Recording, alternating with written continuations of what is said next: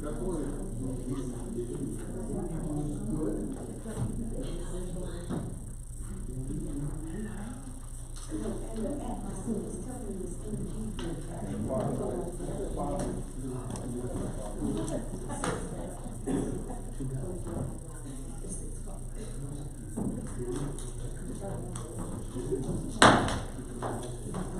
evening, everyone. The time is now 6 p.m. and the Spring Lake Board of Commissioners regular meeting is now called to order.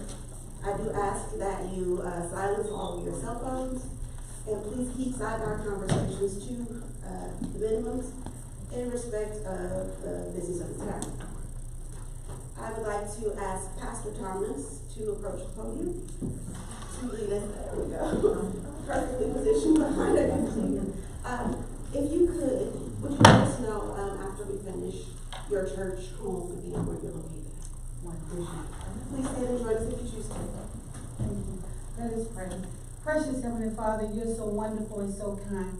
We thank you for being so good to us, oh God. We realize we could not have done it without your help on today, oh Lord. Father, now we come to pray for this meeting on today, oh Lord. Lord, that we make you welcome to come in, oh God, and minister to us and help us, oh God. Help this Board of Commissioners, oh God, that they will get on one accord, oh God, that there will be peace among them, oh Lord. Father, while I'm yet praying, I want to pray for their families, oh God. I want to pray for their spouses and their children, oh God. God, that you will shield and protect them and keep them safe, oh God. Scatter every plan of the enemy, oh God. I pray especially for the mayor of this city, oh God, that you will lay your hands on her and continue to bless her, oh God. Give her wisdom and insight, oh God, as this Board of Commission moves forward, God, that this city will become a better place, oh Lord, that you will be glorified. God, we just tell you thank you. Thank you for being so good and being so kind. We pray for our police commissioners, God, our fire chief, oh God. We pray for the city of Spring Lake, Lord, that you will be glorified, God, that you will use all of us to come together, realizing, Lord, without a doubt, it takes a village, Lord. And so we thank you, oh God, for this opportunity to acknowledge you, oh God, that you are Lord over this city. And we give your name all the praise, glory, and honor. In Jesus' name, amen. At this time, we're going to face our flag for the Pledge of Allegiance. I pledge allegiance to the flag of the United States of America and to the republic for which it stands, one nation, under God, indivisible, with liberty and justice for all. Thank you so much. I am Vicki Thomas, and our church home is House of Praise Ministry, 671 West Chester Road. Thank you so much. Thank you. All right, I will now call for additions and deletions to the agenda. I do have a few. We will be adding closed session pursuant to NCGS 143-318A11-4 economic development. So we'll add that, of course, to the end of the agenda. We also, I'd like to add a presentation, and I sent it to you guys in your email, regarding community safety, and this is in direct correlation to the incident at FTCC today, and we will touch on that just a bit more later. And Commissioner Palacios, I know you have something to add as well. Yeah, I want to add Spring Lake Arts Grant Community Input Survey.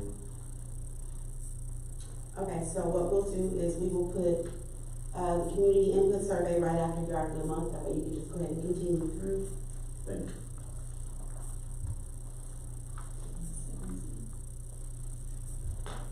It's 11. No. Well, we have old business tonight, Mayor, so we want to go straight to new business. Right, under presentations, Okay, I I put wasn't them sure under if you wanted presentation to new business. 7C for Commissioner Palacios. And then I will be 7B with the community safety.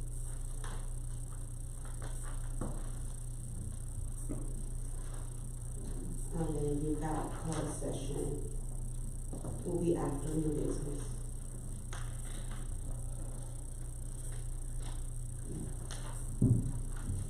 So again, we have 7C for the municipal arts allocation, 7D for community safety, and then we're adding closed session pursuant to economic development. I'm not entertaining a motion to approve the agenda. Commissioner Palacios? So moved. Mayor Pro Tem? Second. Any discussion? No. All in favor? Aye. Motion carries. We'll now approve the consent items. It's the draft minutes of the September 22nd, 2025 work session, budget amendment, BA 7 fiscal year 2026, the financial statements fiscal year 2022, a resolution 2025-13 accepting the donation of 2 ambulances from Anderson Creek Emergency Services, a resolution 2025-14 for allowable costs and principles for expenditures of the American Rescue Plan Act Coronavirus State and Local Fiscal Recovery Funds by North Carolina local governments, policies required by North Carolina Department of Environmental Quality for ARPA funds, and a Military and Veterans Affairs Committee application, as well as a removal. So I'm now entertaining a motion. Commissioner Chadwick? Commissioner Thompson? I second. Any discussion? Okay, so yeah, there should be tons of discussion on this one. I am super excited to see our financial statements for fiscal year 2025. So this is directly correlated to the audits. This is the information that was having to be prepared by our finance staff in order to submit to the auditor to get our audits caught up to date. So if you remember from a few meetings back, Mr. Overton promised and Commissioner Palacios made sure to reiterate that we will have these statements done by the end of the year. And we are tracking that. Again, funds have already been set aside to make sure the audits are done. Mr. Ward, we have retained the auditor for 22 and 23, or just 22? We have 2 bids or 2 quotes for what will be 23 and 24. So again, the town is doing exactly what they're supposed to do in preparation for these audits. And again, we are on track to see our audits completed by the end of the year. Commissioner Blackman. Thank you, Mayor. You stole part of my thunder in regards to that, so I won't dwell too much on that other than the audits are being done. It has been a long time coming. Mr. Overton has been working diligently to provide accurate, correct, factual information so that we have a bedrock to move forward on when it comes to your tax dollars that is being spent through the town. So it has been long time coming, but it is putting us in a place that we're able to move forward with accurate numbers. So I appreciate the hard work that's been done on that. Also, the 2 ambulances that are being donated. So cool. That's, Yeah. wow, that's nice. I see that we've already got them allocated for the water department and then also for the Swift Water. Good timing for that to get those in here. I do want to thank the Military Veterans Affairs, Roy Villaflor, for his participation with the Military Veterans Affairs Advisory Committee, and looking forward to Tony Forte.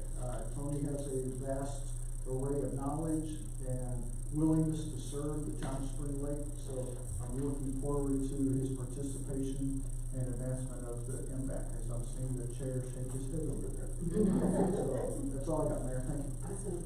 Commissioner Palacios? Yeah, I wanted to thank the MVAC committee also for being one of our 2 outstanding, well, I shouldn't say 2, outstanding committees of volunteers. Like, we really appreciate the work that you guys do. So thanks for helping Spring Lake stand out. Some other municipalities are struggling with that right now. So thank you guys for your work. And then as far as the financial statement, huge thank you to John, Mr. Overton, and all the hands that played a part in that financial statement. That financial statement is 162 pages long. It is very good information, It's very nice information to read, but it's very boring information as well. They sprinkled some pictures in there, wisely so. But my only ask is, can we get more than a couple days to review that next time? And I know they're working so hard to get that done. I know Jimmy had it ready at the last meeting, which was over 2 weeks ago. If we can get that done a little bit, sent to us a little bit sooner, that's my only request. But no, thank you very much. It is very good information. No big surprises, of course, right? Because this is over 2 years ago or such. But anyway, that's all I have to say. Thank you, Mayor. Awesome. So we didn't have anyone sign up for public comments. Awesome. So we will continue on with our presentations, and we will begin with some happy times, and that's what I love. We have a certificate of appreciation for Ms. Terry Chirilla. Commissioner Lawson. Thank you, Mayor. Terry, at a time in which Spring Lake is looking for volunteers, looking for people to stand out, looking for people to carve their nugget out on what they can do to better the town, we welcome your enthusiasm, your participation, and your insight looking around town and being a Navy veteran. And Mayor, did you know today is the Navy birthday? I did. And so Terry she served in the Navy, so happy birthday to you, happy Navy birthday to you. But no, I said the Navy song. But Veterans Park, she's driven by there, she's come to our Military Veterans Affairs Advisory Committee, and she wanted to know what she could do to help. And she looked around and she saw that the park that has been done by the town, it wasn't just laying sod, it was building a park. But Terry says the woodmen could come in and with some participation to better the park, to add some plants, to put some fresh mulch down there, all in time for Veterans Day, which is coming up very soon.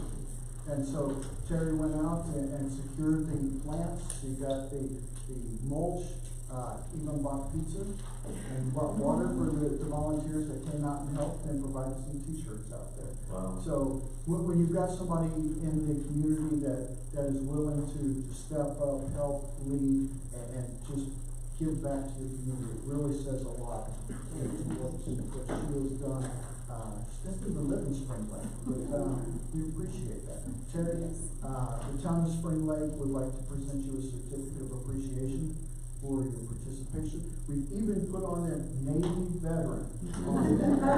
So we wanted that to stand out, and today of all days on the Navy's birthday to present that to you. So if you don't mind, I'd like to come over here and present this to you, get a picture. Wow.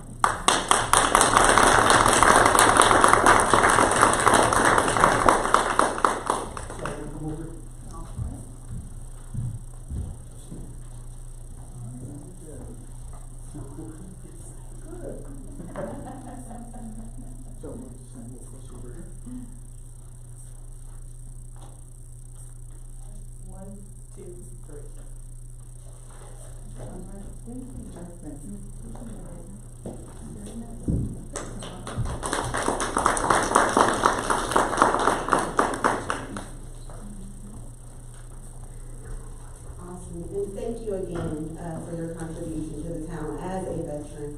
I definitely want to say thank you personally. All right, we'll now move on to our Yard of the Month presentation. Commissioner Palacios. Thank you, Mayor. So, of course, in Spring Lake, we get to honor and recognize our neighbors who maintain and upkeep their property in a way that beautifies the overall appearance of the town. And so we have 2 winners for the month of October. Neither of them I see tonight, but we'll make sure we get their certificates to them. Anita Miller off of 5th Street and Maritza Pugh, a repeat winner in Deerfield. So, thanks again. Can I continue? All right.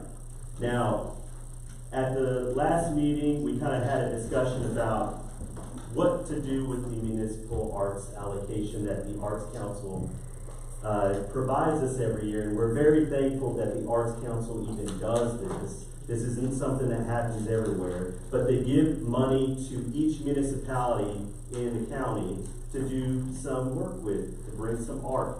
And we've been able to, since 2022, I think, we've been able to bring some murals to the town. So we have 4 murals up now in Spring Lake as a result of this art allocation. Also, some other grant funding. We were able to secure an art sculpture we look to be putting up in town here soon at the roundabout at Main Street and Hope Ridge. And anyway, so what are we going to do with this year's money? And so we kind of had a discussion last meeting about this. And at the end of the meeting, Mr. Caruth over there, he stuck around and we were talking, and he said, why don't you do like a Google Forms or something to get the community input? And I was like, I was wondering what a good way to get some input from the community would be, and I was like, that's a great idea. So Mr. Caruth, thank you very much. Out of that thought, though, brought it to the Appearance Committee, and I presented them some questions that we can input in the survey so we can get some input from the community as far as what they're looking for an arts to be brought here in town. And so it starts off with questions about you, what's your connection to Spring Lake, how long have you been part of the community, it gets into have you recognized past projects, and what do you think about future projects. It gets into some specifics about where do you want to see the money spent. I mean, this is a $4,000 grant, right? It's not all the money that we could, and we wanted to be upfront about the expectations so nobody had some grandiose ideas. But this at least can be shared with the community, maybe through our Sunshine List, through our social media presence, and open it for about 2 weeks and see what the community has to say. Anyway, so the Appearance Committee reviewed and approved it as is, but I want to have you guys review these, see if we're missing anything that we may have wanted to add it. So that's why I sent it to you last week. But I want to open this up for any ideas about where we are right now with this survey and get your ideas so we can go ahead and get this ball rolling. Open it up to the floor. Thank you, Mayor. Thank you for the work that you guys are doing. I think it's a great idea to get some community input on how to use this municipal arts allocation. I know we made several suggestions. I do want to make sure that we, because I know we touched on it at our last meeting about who's going to be basically the approving authority for the municipal arts allocation. If we were going to push it all over to the Appearance Committee, that was not, we didn't settle on that. So I know we want to start asking questions, but I think we need to make sure we're going to solidify that you guys are going to take control over the funding before we start building out a program that maybe next year we want to use for something else. So if it's fine with you guys, I think we should start there. Mr. Ray, do you have anything for that? How do you guys feel about moving the municipal arts allocation to the Appearance Committee? So we can adjourn the consensus on that. So would that require us to take a vote to move that, or would that be a budget amendment, or how would that work? What does it cost you to vote on it? Okay, so if you want to make a motion, we can go ahead and vote on that tonight. Absolutely. I move that the Spring Lake Appearance Committee have final say into the future use of municipal arts allocation. This is my motion. I'd ask that you amend your motion because the Board of Commissioners will always have the final say on how that money is used. But to move that financial allotment to the municipal, or to the Appearance Committee for future projects, project recommendations, or usage recommendations. Okay. And the expectation then would be that they approve it, they send it here for final approval from the board. Correct. Okay. If we can word that in a way that makes sense to anybody, I'm all in favor of that motion. I'm not good on the fly, so I apologize. I would propose that the motion be that we earmark the municipal arts allocation funding to be used for, what did you say? You just said Future projects. Yeah. before that. One second, guys, this is called working. Allocated? Allocations. So that the funding be allocated to the municipal, or to the appearance committee for, recommendation for future uses. So moved. Is there a second? Commissioner Thompson, I second. any discussion? All in favor? Aye. Motion carries, so, Yay! I know they're very happy, by the way. Thank you. But it's great, I think you guys have, been very good stewards over that money, and using it very creatively, so I'd love to see what else you can come up with, especially with more community engagement. I love the challenge, and so we have our chair here, Miss Cynthia Wilt, and we have Sarah here as well, so thank you guys for your work. Do you have any openings? We do have an opening, thank you. So anybody interested in helping us beautify the town in your own way, between town cleanups and arts, I mean, you see this, I mean, the work speaks for itself. So we appreciate all our citizens who help us. Thank you. So now that we've established that you guys are going to, make the final recommendations for the money now, I think we can get back to you more than likely via email. If we have any suggestions about, the questions. Yeah, I think that'd that's be an great. internal thing, I don't think this one needs to come to the board. Yeah, if it's okay, let's have until the end of the week, and then start next week, we can send something out, publish, Sounds good. Yeah. without objection. Mayor President? The only thing I wanted to add was, when I was riding through town the other day, I sent everybody a picture, of some art that someone had done in their yard. Yeah, a flamingo. I think something, if we could get more residents engaged in that kind of thing, that would be really cool. Yeah, I think you blocked me. Not yet in your mind, okay, let's keep going. Commissioner Palacios? Oh, sorry. I look at my agenda in this stack of papers every time. Alright. Oh, it's my turn. So we're going to, talk briefly about what happened this morning. So earlier today, a reported threat at Fayetteville's Equitable Community College here in Spring Lake was investigated and found to be a false alarm. I know how unsettling that felt for students, for parents, for staff, and neighbors. I myself felt it too as the mother of a college student. So tonight I'm asking to start a focused discussion and give clear direction to staff. We owe our residents a simple public plan that makes prevention, training, and communication easier to understand and easier to use. Here's the approach I would like to see. And I want to make sure to acknowledge Mayor Pro Tem. This was a collaborative effort. When we received the call this morning, she and I shared multiple phone calls and communication with our manager. And we wanted to make sure that we responded to this quickly. Because one thing that we do not want to is to waste a crisis. And I say that because it identifies a weakness within us, and we want to make sure that if something like this, God forbid, ever happened again, that the town of Spring Lake is ready. So here's the approach that I would like to see. First, we align our roles using clear incident structure. When there is an event, the police chief or fire chief leads on scene as the incident commander. The town manager runs our emergency operations center for coordination and resources. I will serve as the primary spokesperson so that the public hears one voice. We will also name a public information officer to manage facts, rumor control, and a liaison officer to connect with the involved parties, the county and utilities, and a safety officer to watch risk in real time. Second, We establish a simple communications playbook with all schools and law enforcement.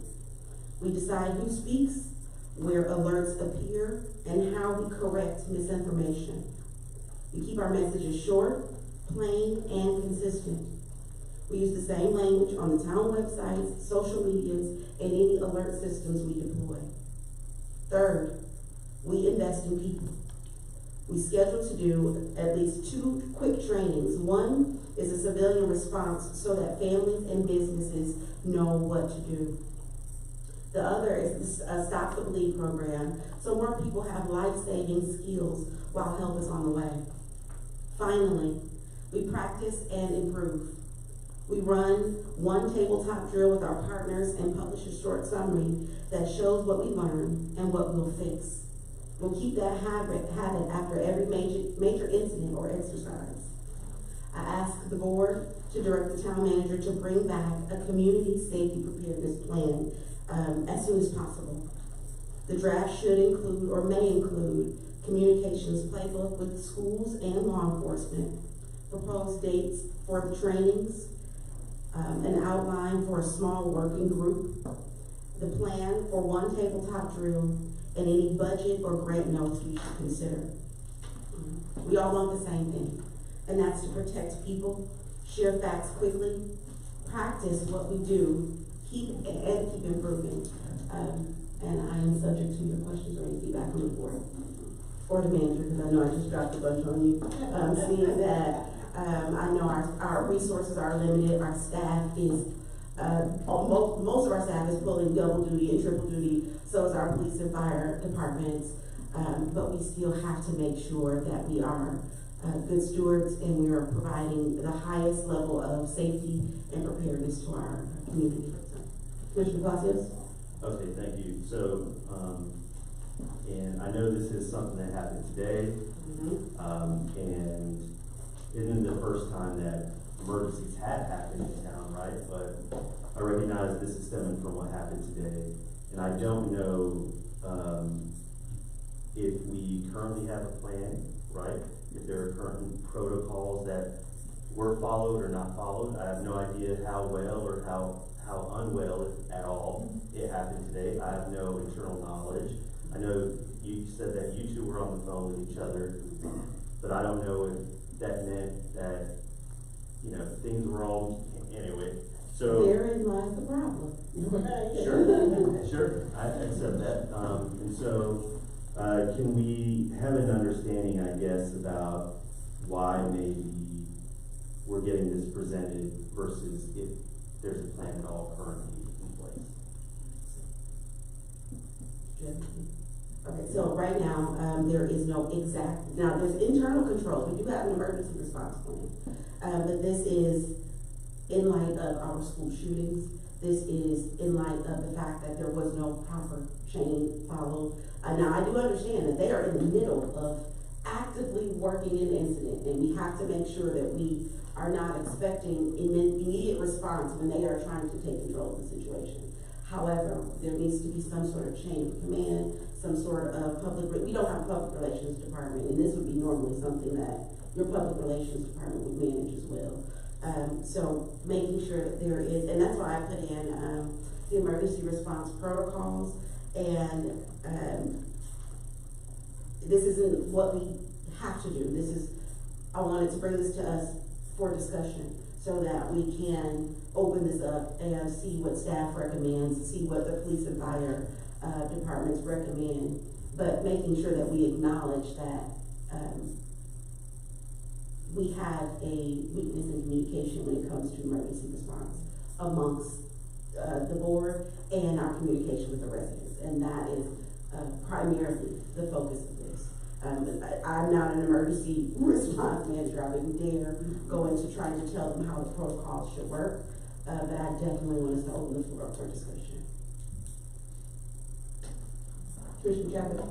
I just want to say, I think this is important because I received a lot of calls today, a lot of concerned citizens, and they wanted to know what was going on. So I was glad that we did put something together immediately so that we can have something on hand for our citizens and a way to communicate. So I think we're heading in the right direction. If we didn't have anything at all, I'm glad that we were able to put something together today, so going forward in the future, that we do have a plan of action. Commissioner Lyman? Mayor, all I ask is, as we go to plan this, we communications between you and the mayor pro tem, there was zero communication with me. So, let me make that clear. We were communicating about creating this, not about the incident. So I'm sorry, that was my miscommunication. It was not about the details of the incident. It was the incident happened and it triggered phone calls and we said, the next response was, we have to do something about this. What can we do immediately to let the community know that we see this and we're going to make sure that we're no longer just reactionary. So it wasn't about the details of the incident. That is far outside of the purview of the people on this side of the dais. But that was there. That was our communication was, how do we fill this void? How do we make sure that we are stronger if another incident like this happens? So it wasn't about that. And I just want to iterate that as a leader in this community, not knowing anything other than what I saw on social media is probably one of the biggest addresses that we need to work on that. The board needs to be aware on what's going on as a whole. Absolutely. So I drafted, myself and Mayor Pro Tem drafted an emergency response protocol. And you guys can peruse that at your convenience and hopefully provide some feedback once we speak with the manager and they bring back what they need to in order to build this out. And that's all I have on that. Any other questions, comments?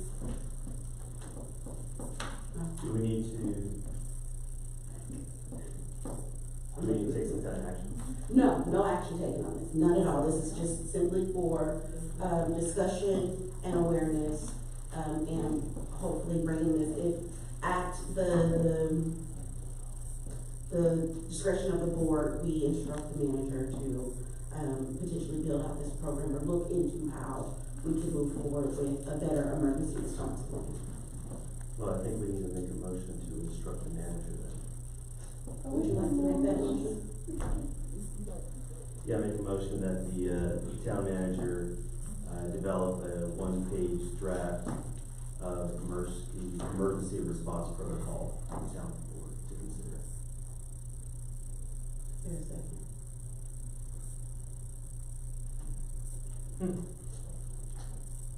Commissioner Lyman? I second that. Any discussion? All in favor? Aye. Any opposed? All right, motion carried. Mr. Rory, if you did, and I will lend as much support to this as I possibly can. Again, I know our resources are limited, so I'm all in on this. We'll make it happen. Absolutely. One of our key focus areas is public safety. Mm-hmm. That's part of the top four. Oh, so that goes to me. Yeah. All right, so that was easy.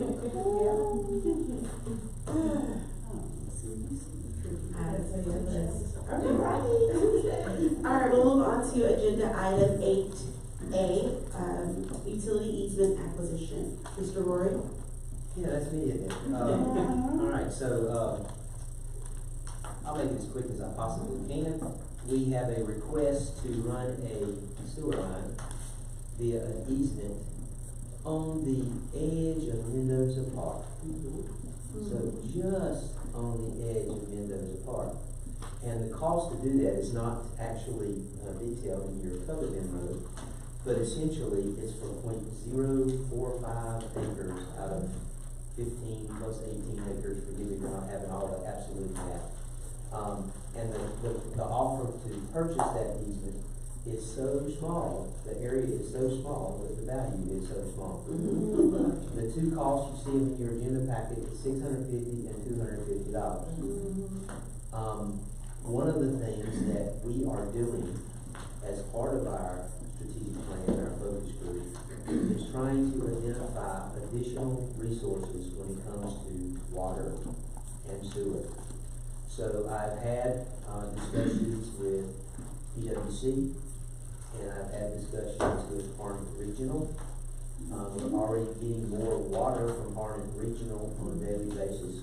And I am meeting with Harnett Regional Thursday at 1 o'clock, I think it is, Jason and I, 11, okay. Gotta have help keeping straight too, I got so many things going. And so the purpose of that meeting is, my goal is to try to identify an additional 1 million to 2 million gallons per day of sewer capacity. If we were to expand our plant by 1 million gallons per day, it would cost us $20 million. So if we can tie on to the Harnett Regional system via this sewer line and lift station that's already coming through town, in the event that we have a storm event that just so happens to flood our water treatment plant, we have an alternative place to send it. With that said, that's kind of a big picture analysis, and I am after some recommendation or authorization from the board to authorize me as the town manager to execute the easement documents with a negotiated price from $0 to $1,000. Essentially, I want to say, why are we going to argue over $900 when I'm talking about $20 million? And so, if we can get there, we can get there. If not, we'll just basically sell the easement for their price of $650 or $250. I just want the board to be aware of it, know everything that's going on in the background, and be able to make a movement on this. This was on your last agenda, but I was out sick. So we tabled it so I could just have this general conversation. I have no idea where it's going. I just want authorization from the board to execute the agreements up to $1,000. Any questions or discussion from the board? We can go ahead and vote on this tonight. Someone's gonna make the motion? Mayor Pro Tem? Yes, I make a motion that we approve, the town manager to, negotiate easements up to $1,000 going forward. That's a great motion. That's good enough, yes. Authorize me to do it, and up to $1,000. It might be $0. Carter, you good? Okay. Commissioner Palacios. Second. Any discussion? All in favor? Aye. Any opposed? Motion carries.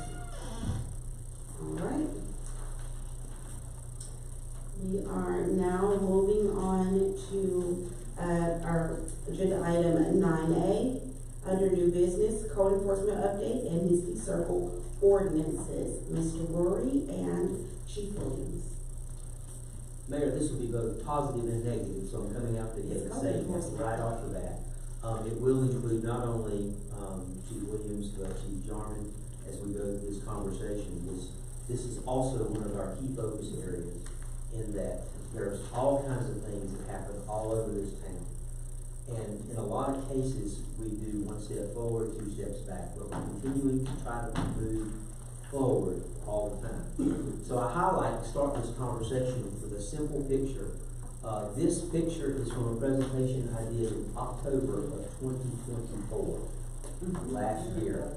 This is the Darden buildings, the junk pile. We have subsequently went out there and cleaned up this pile right on Bragg Boulevard, for everybody to see coming into town. I guess I can drive this. So when we cleaned it up, our next step was to bill them for the cleanup costs associated with this. This is all driven by the North Carolina General Statutes of how we do cost recovery when we actually go out and abate a code enforcement violation on behalf of an owner who fails to do that. So there's a process that we go through in terms of notice of violation, hearings, all kinds of different things. And in this case, we go through the process and we clean it up and we bill them what looks to me in that little bitty small writing, $890. A year ago, we have not collected that $890 in a year's time. There's reasons for that, but there are unacceptable reasons for that, and we've got to keep moving this forward. So we cleaned it up, we billed them. Now we haven't collected the money of our costs associated with this cleaning. This is another interesting one. This is 130 South Sixth Street. These are pictures from somewhere around April or June of this year. Danny's here. Actually, the police department went out there and actually did a camera shot of all of this, and we showed it in one of our public meetings. This address, it was technically two addresses, 128 and 130 South Sixth Street. But these are just some highlight pictures rather than show the video of what it looked like. We went out there and cleaned it up. Because you do the process, you send out the notice of violations, you send the letter saying you gotta clean it up, you got so much time to abate, and then finally we kick in and we do it. Cause we got to do this to get some of this stuff cleaned up. I know this is difficult to see as well, but you'll notice down here that Spring Lake fees by ordinance $320. Our fee schedule says that we'll mow the grass, and you'll see in this case it's two addresses at a flat rate of $80 or $160. When you go back to that picture, it was impossible for us to mow the grass without cleaning it up first. These sites are located all over town. They're not just one place, they're all over town in all four zones. So we have to take and clean this up before you can actually mow. So there you'll see that fee of $80 flat rate for cut overgrown weeds. And then the junk pile on the property, you'll see that is another $80 or $160. The reality is that is completely underfunded in the sense of what we have to actually do and the time it takes to do that. Because to clean it up, to cut it back, to mow it, we got 20 man hours into this project. Our minimum charge is $50 per hour. Everybody goes, wow, I'd like to make $50 per hour. That's not the point, okay? The point is that we have all kinds of salaries and benefits associated with this, uniforms, gas, there's expenses that come down to this above and beyond just what everybody makes on a per hour basis. And when you fail to look at that, then you're not doing cost recovery. You're simply just kind of going out there and going through the motions. So that clocked in at a flat $1,000 to clean it up. They say I knew I silenced that, but I guess not. Sorry there. This next one is an incurred cost of, for the first time, we applied what are called FEMA costs associated with the use of our equipment. And you'll see that in terms of the hours and the FEMA rates associated with the use of that equipment, how we charge, how we get recovery when we respond to natural disasters or whatever it may be. That was about $2,600. The tipping fees, when we haul this stuff to the landfill, when we pick it up from your yard, we have to pay tipping fees at the landfill to dump it. And in this case, it's just a simple $214 or so. Administrative fee by ordinance, $200. Somebody's looking over all this stuff, the mailing, so forth and so on. The total cost on that, add the fines to it, the fines were $3,000. The town of Spring Lake collects $0 in fines. Any fine assessed for a code violation goes to the school system. Alright, so $0 for fines. But we put it in here because we're starting this process. How do we evolve? How do we take and navigate through all of these things? Total cost, $7,267. I can tell you when the police department gave that to me, in the streets department, my initial reaction was, that's too high. But I want to say, we don't want to be in the grass mowing business, in the yard cleaning business, for every resident and every blighted property in the town of Spring Lake. We don't want to be competitors with Dan the Junk Man. We don't want to do that, okay? Or whoever's a handyman that can go out and do this. We don't want to do that. We simply want to have a clean, safe community for everybody to reside in. And so when you take the equipment and the manpower away from this over here that they do and apply it here, there's an associated opportunity cost that extends beyond just the actual cost of the land, the labor, and the equipment. And so now they're not doing what else they're supposed to do. And we've got everybody there, according to your words here just recently, everybody doing double and triple duty. I get it, I understand it. And they're having to move in these different directions to do this. And so I met with this property owner last week, and basically, advised them to hold off. They haven't paid this bill, right? After this whole time, somewhere around the June time period, we did everything statutorily required, we did it, we noticed, we had a hearing, we cleaned it up, now we send them a bill. That's allowed by statute. You know, exactly the steps that you're supposed to do. The exception to this is that I am willing to come to terms with this with our entire community. When you look at these equipment rates, it is my position that every resident and taxpayer has already paid for that equipment once.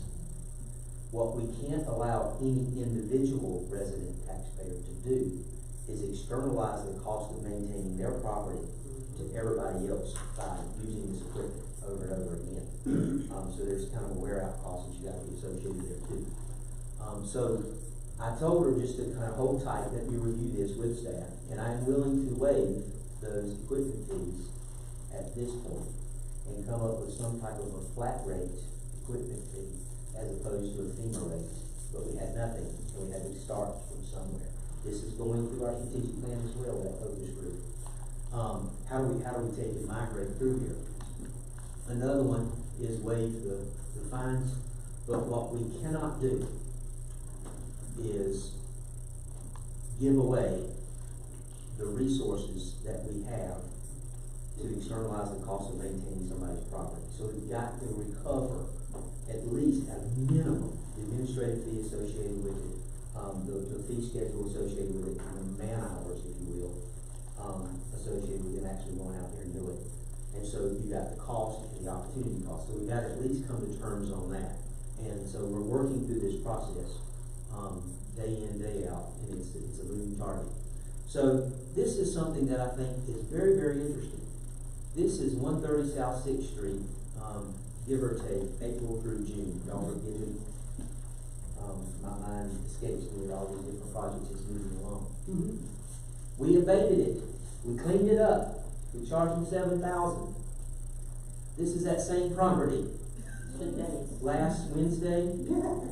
Does that sound right, Chief? Wednesday, Tuesday? This is the same address, 130 South 6th Street. No, what this is, you notice the GFL trash cans? You notice the containers? These are people moving in. These are squatters. So we're not securing these properties, and we're inviting this type of behavior because we're not following through on the public nuisances, the public health hazards associated with this. Basically, we haven't done what we should have done 10 years ago, 15 years ago, whatever, and now you've got all of this massive issue that you got to deal with. So these folks show up, and a phone call goes out about this property being broken into. Well, it's really not broken into, it's not secured to begin with, but then these people were there to move in. All to bring in. It's wash, rinse, repeat. Wash, rinse, repeat. We gotta quit the wash, rinse, and repeat. Okay, we gotta figure out how to cycle this. Can I add a caveat with that? I just want to make sure that we are clear, the town is not responsible for securing those properties. The property owner is responsible for securing those properties. So if that property is unsecured and this happens, it is not the town's fault. Mr. Rick, Our police force are not private security throughout town. If that doesn't frustrate y'all, or our officers, or our streets guys, or our public works folks that are engaged in this. To date, once again, don't hold me to this number. We have over 140 blighted properties. So I want you to stop right there, and I want you to hear what Chief Williams is doing and what Chief Norman is doing for code enforcement in those departments and how we're trying to process this. 140 properties. Can you talk about this? I do. Come on up, Chief. Hello, yeah. How are you? Team Spring Lake. Team Spring Lake. What I have here is the informed that I was tasked to do the first house in Manchester district, that now we happily own. The manager tasked me, Steve, and Faircloth tear the building down that was there. It was actually, we found the second building, we didn't know the building was even there, but we found two buildings on this. But all in all, the time it took us to get our stuff down there, us get in there different times, it took us about 3 weeks, all in all, to tear it down. And it was about 139 hours, you know, as me, Faircloth, and Steve, basically, doing most of the work. The cost for that, just for our hours, was about $5,400. Okay? The fuel that we had to use for different areas was about $2,000. Tipping fees to haul this stuff off was gone took 11 times. Steve did. That was ended up being about $300. So all in all, ended up being $10,853. And the only reason it was that cheap is we burnt the second house to the ground. But she has a picture of that. How much fuel cost was that? Huh? How much fuel cost was that? Sorry. That wasn't bad at all. That was a couple gallons, because that stuff went up like a chicken. We had to clean it around it, and we burned it down, so it saved a lot of, because that house was bigger than we thought it was. We didn't know it was there, because it was covered up with stuff, the same thing in town, like we did. But it ended up being, we burnt that one down, so it saved a little bit of money. But just that one house basically cost us almost $11,000. So clarify though, we can't do this. We can't do that on every house. Yeah. Yeah, that's a big no-no. We gotta have some kind of training thing. We did some training on that while we was there, so it worked out well. But, I mean, it takes a little bit of, we've got 4 houses we are looking at, that we've already got, as the best is looked at, everything we're good to go on, so we can get rid of 4 more by burning them down, but we also have a bunch more out there, just like this throughout town. The town is, it is what it is, and we need to do what we can to clean it up, and we can't do that all the time. Unless you want your fire chief to go to jail, and he will send Errol back there will send me to jail for that. He become the public safety director. Yeah, he don't want to do that anyway. But that's where we're at, and that's going to be aware of that. We use a little bit of humor. This is really a way for us to deal with our frustrations. Chief Jarman, tell me a little bit about this squatter problem that we face in this particular case. You see it real live at this address, right? What do we face across the town?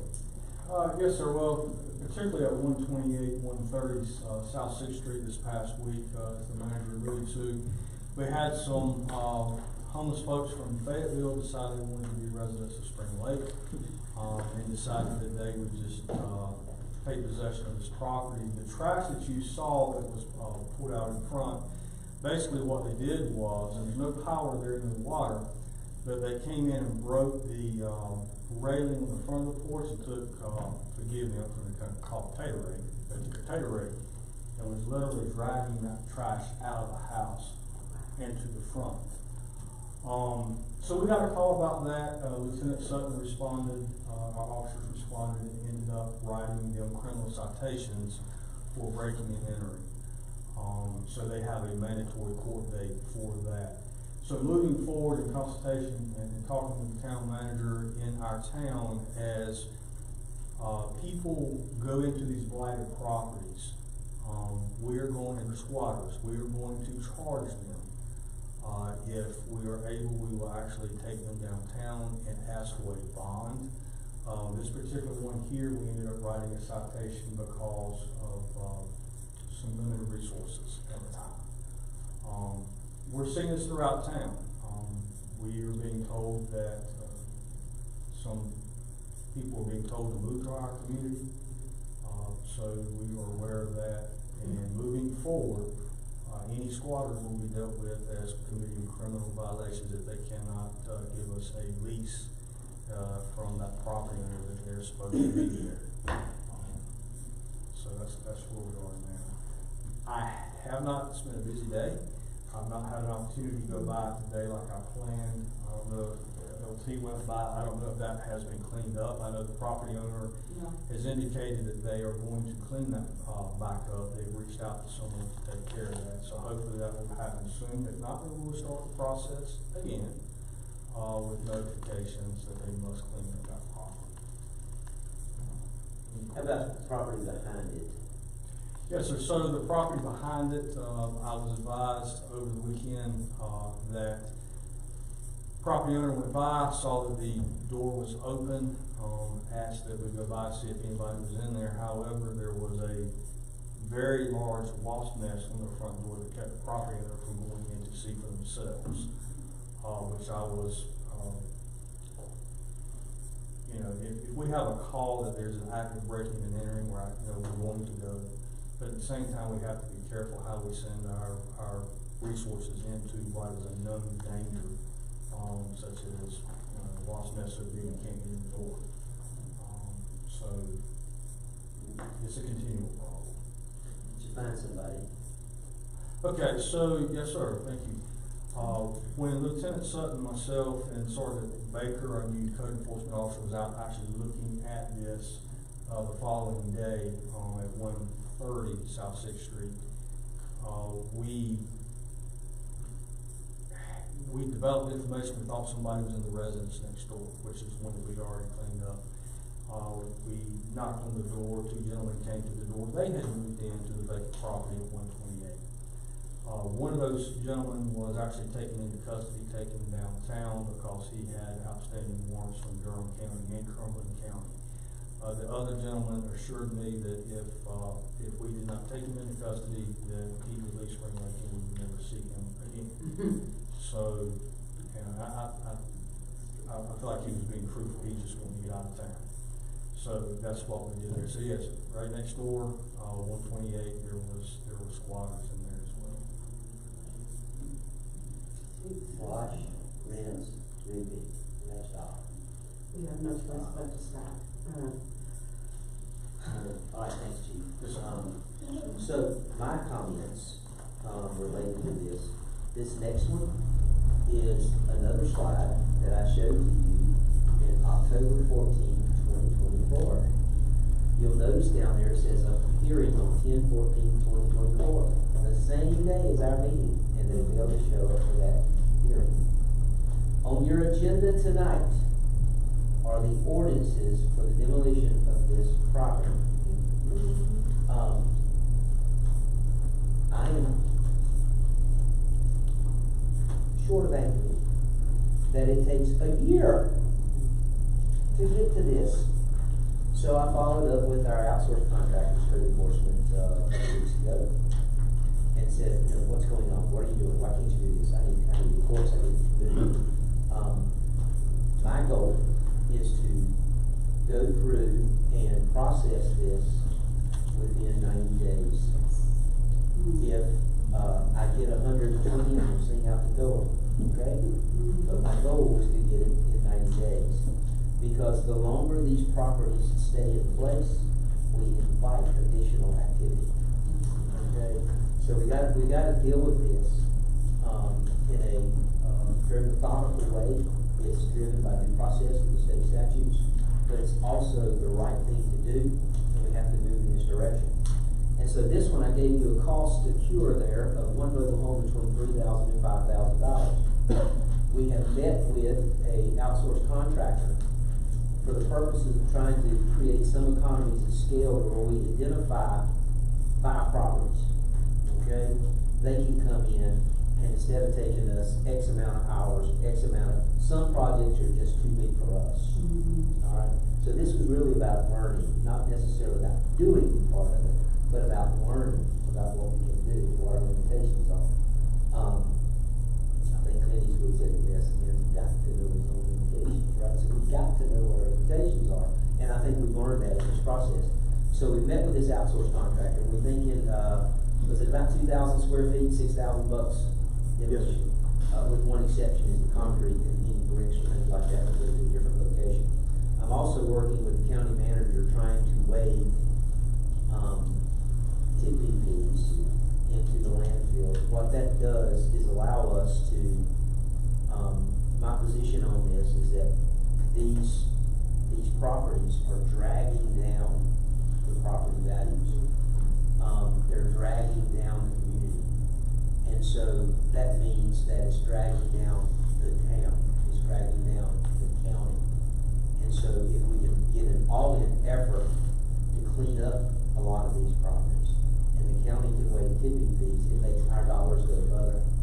In our budget this year, we have $50,000 overall dollars. We just spent man, money, machines, and materials a total of $10,000 for one property. And so when you start talking about all of these trailers and mobile homes, you can see where it's gone. So we have to have a plan. So when you come to those 140 properties that I talked about, okay, let me see. 140 at 10,000.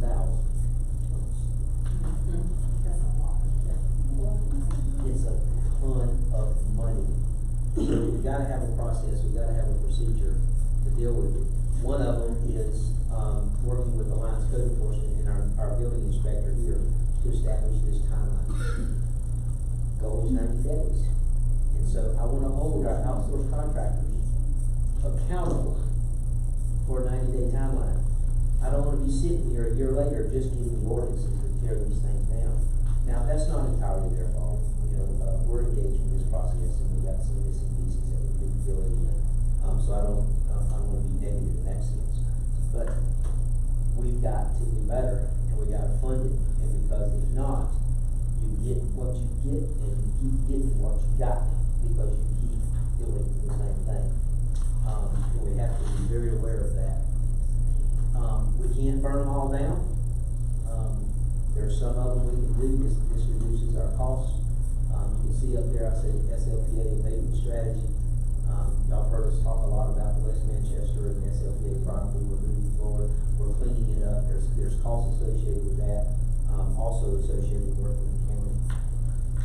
Our notice of abatement and enforcement actions, this was shared with you last year as well, about the criminal misdemeanors and prosecutions and about collecting the fees and the process that you use to do that. So we're flow charting all of these activities so we can go boom, boom, boom, boom. Instead of going, what are we going to do next? What are we going to do next? Well, we're going to work it out to where when we abate these nuisances, we can collect our money, all right? Basically, our taxpayers' money, in the sense of now you're externalizing this cost to everybody except the owner. So everybody else is having to pay for that in one way or the other. And so we're going to file these liens. These liens will actually take priority. So when you file an abatement lien on the property owner, they have to pay for it as part of their tax. And then if they have other property in town, it's also a secondary lien townwide. So if you've got 10 properties, it attaches to all 10 of those properties. And so how do you clean it, how do you move, and how do you put those pieces together? So this is what we've been working on, and knowing that the ordinances were coming up tonight, a year later, I just felt like it was a good time to give you an update. And staff, we hired a code enforcement officer. We're struggling to move forward, but we're moving forward. If it was easy, it would already been done. But as we struggle, we're going to have some hits and misses, and it's okay with us learning as long as we're learning and moving forward and trying to apply these concepts. So I wanted to give you that update, not to be positive or negative, just so that you know what's going on in the community when it comes to this. And it's junk piles, it's grass, it's all kinds of things. It's litter, it's everything, and we're trying to move it forward, keep it going, keep it going, keep it going. And so right now we need some legal advice in terms of how to file the liens, how to do those things correctly, and get that process put on the books. So if I don't collect on that one $7,000 bill for $1,500, if you write off fines and write off equipment fees and all that, just get it $1,500. Then we will file a lien on the property. And again, if you don't collect after filing the lien, the city will take the property, and collect on its lien. And so that deals with absentee owners, vacant owners, everywhere. So I just wanted to give you that update, and any questions you have, all of the staff is here, we'll do the best we can. I really hope that through this and the multiple presentations that we give you about code enforcement and addressing blight, that you begin to understand the magnitude of what it is that we're trying to wrap our hands around with, again, limited manpower, money, and machines. It's a huge task, but I could be more grateful as a long-term resident of this community that we've got management that's thinking outside of the box, that we've got staff willing to take on these massive projects while policing our community. Our police officers are working code enforcement while being the chief of our fire department. He's also been, he's our project manager working on these situations. Same with Mayor Pro Tem and our focus group that's dedicated to this. We need your support. And I know it's easy to come in and point fingers and place blame and say, clean this up right now. But there are processes associated with this. And I mean, as you've seen, we're just now getting ordinances to be able to move forward on these projects a year later. I know we want things to happen right now, but it doesn't always happen that way. And we are chugging along to smooth this process out to 90 days. And I'm not going to be happy with 120. I'm gonna push for this 90 days because it's 90 years. It's what it feels like behind, overdue. So again, thank you guys. But I really, really want the community to understand the magnitude of what it's going to take, the massive amounts of money it's going to take to clean our community up. I want to make sure I thank Charles and Commissioner Lackman and Commissioner Thompson and Commissioner Palacios. They dedicate their regular weekends to cleaning this community up. So all we can do is try and continue to move forward, fail forward, but we need your help, and we need you to understand that we are doing our absolute best. Staff is working double and triple time to get this taken care of. So I'll get off my soapbox. Mayor Pro Tem. Thank you. One of the questions I had is, how do we hold the homeowners more accountable faster? Because we shouldn't be sitting there with that same blight for 2 and 3 years. So how are we gonna, moving forward, how are we going to hold them accountable sooner? The key to that is to have the code enforcement processes and the flow chart in place so that you can get to that accountability. Our process, this is where I get negative, and staff has heard me say this over and over again. Typically, our process in Spring Lake has been identified. That's it. That's it. So we send a letter, would you follow up on that letter? So we haven't, our process has been identify and maybe issue a letter or notice of violation, but never move to abatement. Okay. So you hold them accountable by following the procedural process laid out by the statutes. And you do that. That's the purpose of our new code enforcement officer housed in the police department. Because someone's got to be dealing with these things systematically. I don't know if y'all know this, but do you know that the signs that are in the right of way that are removed are typically removed by our police officers? Yeah, I heard that. Right.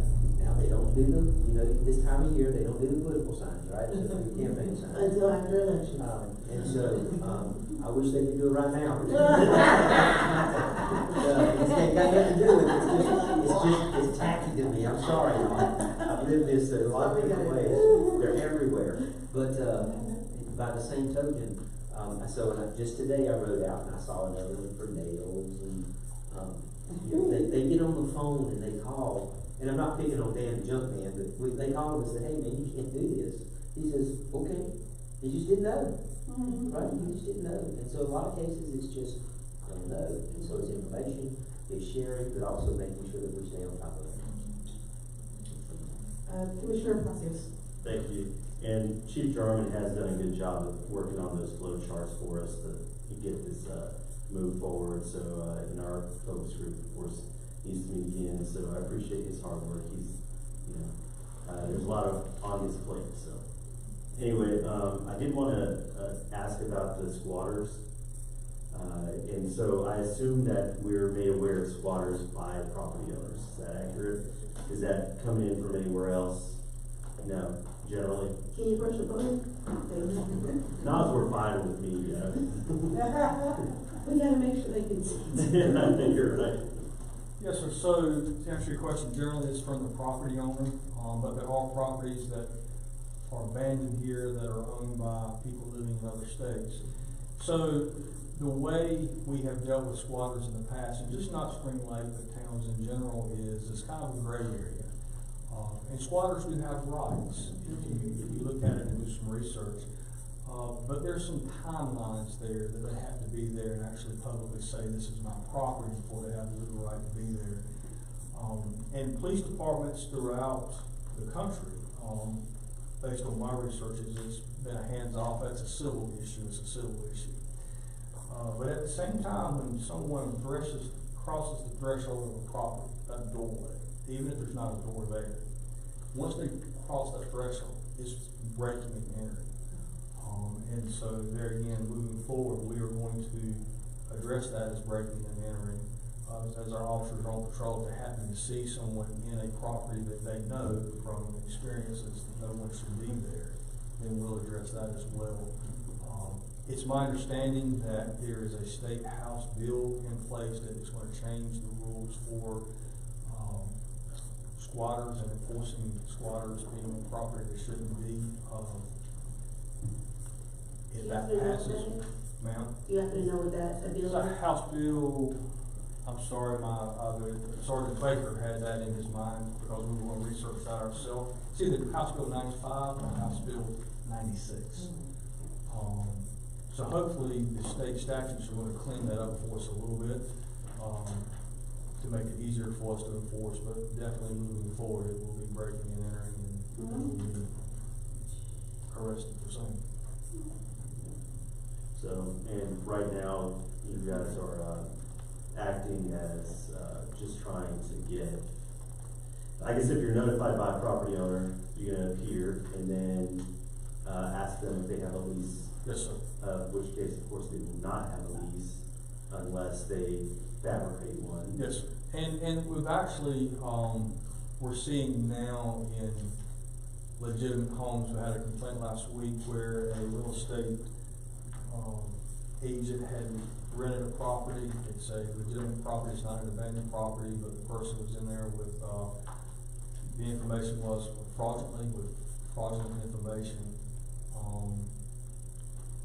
So it's kind of widespread, if you will. It's just the guy coming in, the lady coming in and saying, I want to take up residence here. And then we have people taking up, rental property that is livable and meeting code, but, fraudulently. And so now that is a civil issue. Yeah, it becomes civil. Yes, sir. So, yeah, I get it, it's difficult. So hopefully House Bill will clean that up, I agree. We're also asking for two things, as we move forward. We're gonna ask for no trespassing signs to be posted. They'll simply remove them. I get it, I understand the process. But once you have that documented posting on these properties, so then we have a kind of an idea of where they're at. We're also gonna remove, if we have a vacant property that has been vacant, or is known to be vacant, we're gonna remove the water meter. Make it that much harder to do certain things. And by so doing that, a lot of ordinances throughout the nation, will cite that if a water meter or the electric has been disconnected for 180 days, that now has become an abandoned property. And so if you want to, reoccupy, you have to think about the codes, the electrical codes, so everything becomes associated with that because you can't abandon the property. And we're facing that, right here behind us, on a park where we're mowing grass, the folks live in Texas. Yes. And so the next process is we just do it. We just go out there and mow it and charge them. But at some point, the citations the other night for the 130, what did one of them do? Followed it up. Yeah, followed it up and. So there's limits to what you can do too. Real limits, and some people just don't care. So we struggle, but we'll we'll keep working those things, trying to get them out of there. So, squatters, of course, this has always been an issue. Do you think it is a growing issue in Spring Lake, or is it just Yes, a sir. stale issue? Yes, sir, it is growing. I've got information that, people are being told to leave Fayetteville and come to Spring Lake that are homeless, from some officials there. I'm not cooperating with that yet, but I'm seeing that trend, we're seeing more and more. Yeah. Thank you. Commissioner Rogers? Mr. Roy, got a couple for you here. How do you eat an elephant? One bite at a time, And if it was easy? it would have already been done. So, that leads us to the cleanups that have been done on a monthly basis. It was the start of identifying areas that need to be cleaned up. It is commissioners, it is volunteers, it is residents, it is non-residents out there. It is town employees cleaning up the town so that it is a better and more inviting place. We've asked the homeowners also to start working on the properties to make their properties better, so that we work on getting rid of the blight, which gets rid of the squatters, which takes pride in the community. So it takes us all.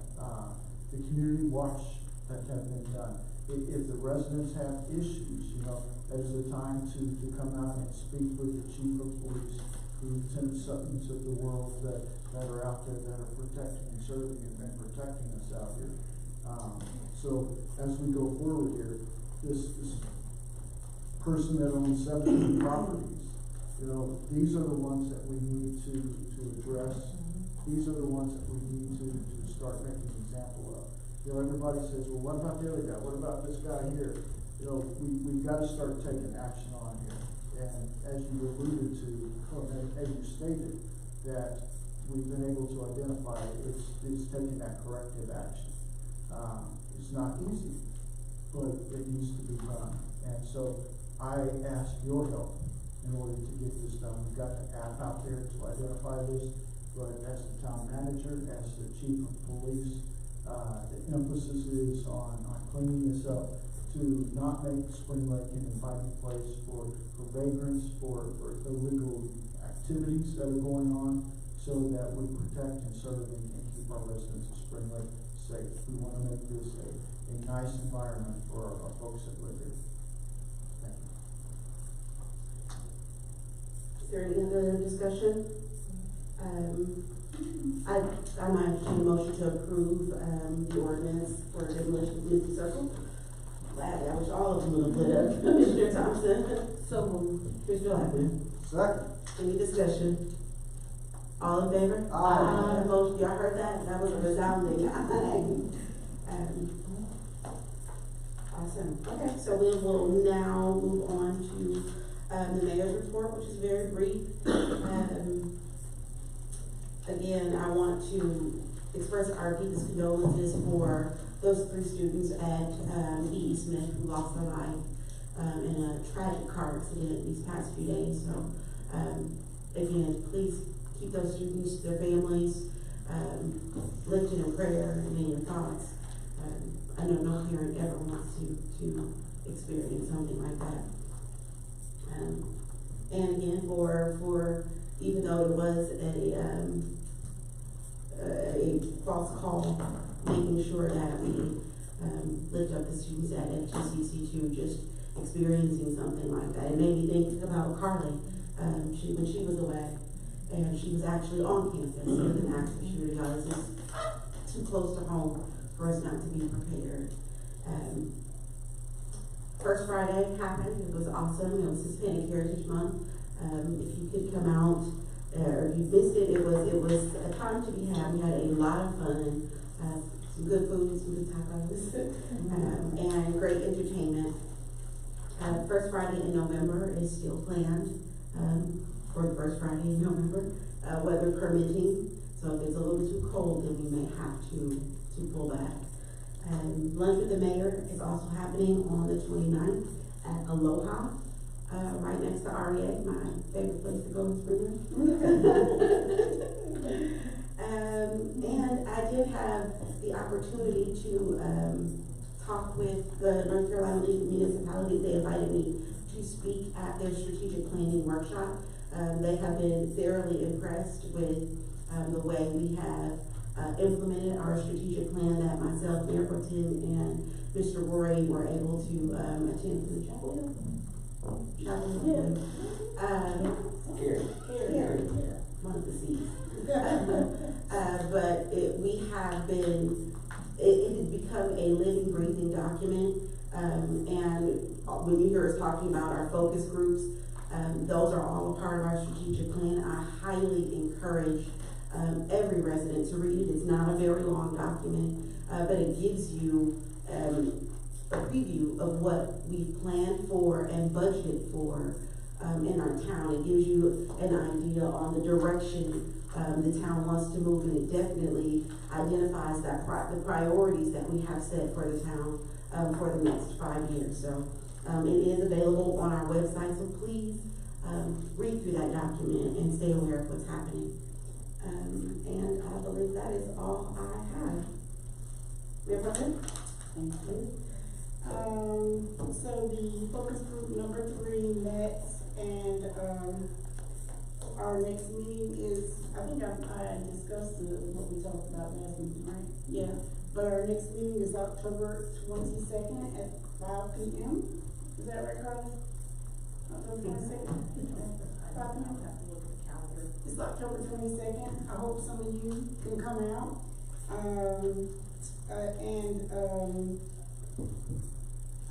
I'll be traveling on October 16th to Chapel Hill for affordable housing class.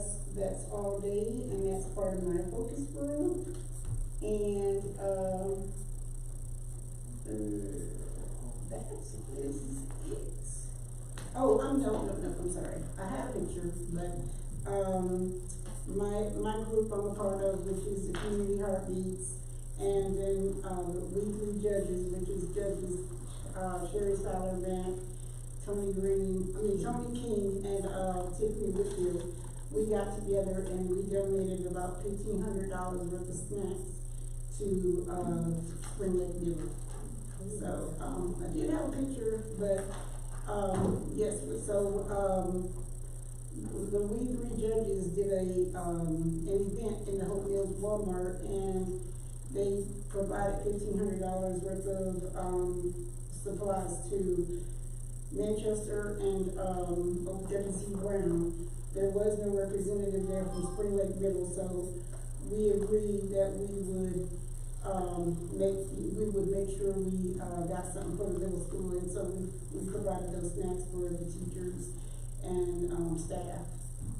And that's it. You triggered a reminder. I did forget to mention that Focus Group 4, our Economic Development Task Force, will be meeting on Wednesday right here in Town Hall at 5:30. This is open to the public. If you're interested in being a part of the economic direction and guidance of the town, I highly encourage you to come out and be a part of that. Commissioner Thompson? So Marvin wasn't here for the last cleanup, so I took charge of that. There was 5 volunteers. My daughter came from Charlotte to help Mr. Charles and Mr. Tony and Drika and myself. I'm not sure of the balance because I didn't get that information. I'm quite sure Marvin has it for next. And also, October is breast cancer awareness. Ensure that you are doing your self-breast exams, and it's just not for females. Males can get breast cancer as well, and that's all I have. Commissioner Blackman? Thank you, Mayor. The Military Veterans Affairs Advisory Committee, although we approved one tonight, we still have an opening for the MVAC. As Commissioner Palacio said that the MVAC is the greatest committee that we've got in town. So not my words, his words. So I just want to put that out. And Mayor, I would really love tonight to announce the Veteran of the Year for 2025. We'll go ahead and do it. Except they're gonna have to wait till November 7th. You'll have to come out there. Thanks. As we talked tonight, one of the things that kind of rang clear in my head was that you don't need to be a leader to get involved. That's right. And Terry proved that tonight, by being recognized for her volunteer, just seeing a project that needed to be done and took the lead and made it happen. Quietly she did that. I publicly wanted to thank her because we have a lot of Terrys that are in the community, that do stuff every day that don't necessarily get recognized for it, but I just want to tell you thank you. Again, I appreciate that. The park looks so much better. And the next cleanup will be November 7th. We'll have another meeting before then. But that will be my last, that will be my last official town cleanup. So the more people that we can get to come out and help beautify this town, it'll help the police with the community, make it better. It'll help Commissioner Palacios with the appearance committee so that he gets a little feather in his cap for that. November 1st will be the last official cleanup. It's been 4 years in the making, over 100,000 pounds that has been picked up and collected through the town. So one person does make a difference. It started out as a one-time event that has turned into something much better. We'll get off my soapbox. Thanks, Mayor. Commissioner Boston? Thank you. So, it is voting season. So, if you didn't know, when does early voting start? 16. October 16th. I didn't know. I knew somebody would know. I bet you did know. It is illegal to mess with campaign signs, so do not.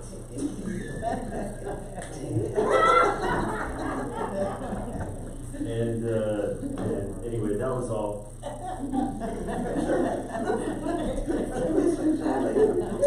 Okay, on October the 8th, I had the pleasure to attend and participate in the Remember My Name in support of prevention against domestic violence, and I was able to light a candle in remembrance of someone that lost their lives due to domestic violence. And also on October 16th, at 4 p.m., Spring Lake Middle is having their homecoming, and their theme is Pink Out in honor of breast cancer. So if you can come support our local middle school, that would be perfect. We would love the support. Mr. Ward? I'm gonna take a pass. I don't have anything to report. I've got 1,000 things, but, I think the key was COVID. Y'all plan. And you see my eyes are getting tired. Yes. So I'll, And we've got close. unless you got something. No. I don't really wanna pontificate. We're good. We're good. That's beautiful. Roll had 2 seconds and Mr. Roy had none. I'll not entertain a motion. I'll not entertain a motion to go into closed session pursuant to NCGS 143.318 economic development. Oh, Mayor Wilson, sorry, I'm glad you're on. Commissioner Palacios. Second. Any discussion? All in favor? Aye. Motion carries. Thank you all for coming out tonight. We are now in closed session.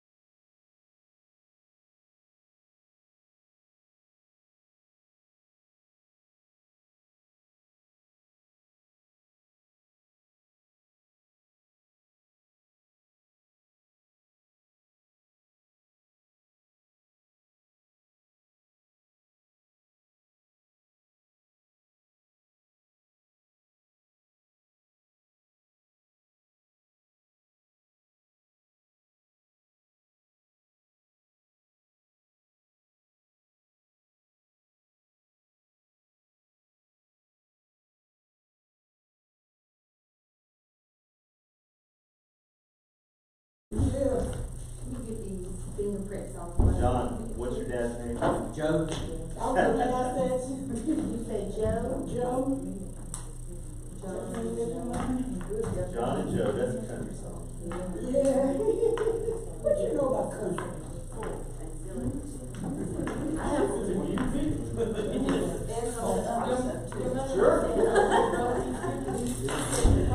I now entertain a motion to come out of closed session. No action was taken. Mayor Pro Tem? So moved. Commissioner Blasio? Second that. Any discussion? All in favor? Aye. Motion carries, meeting adjourned. So my wife sent me a text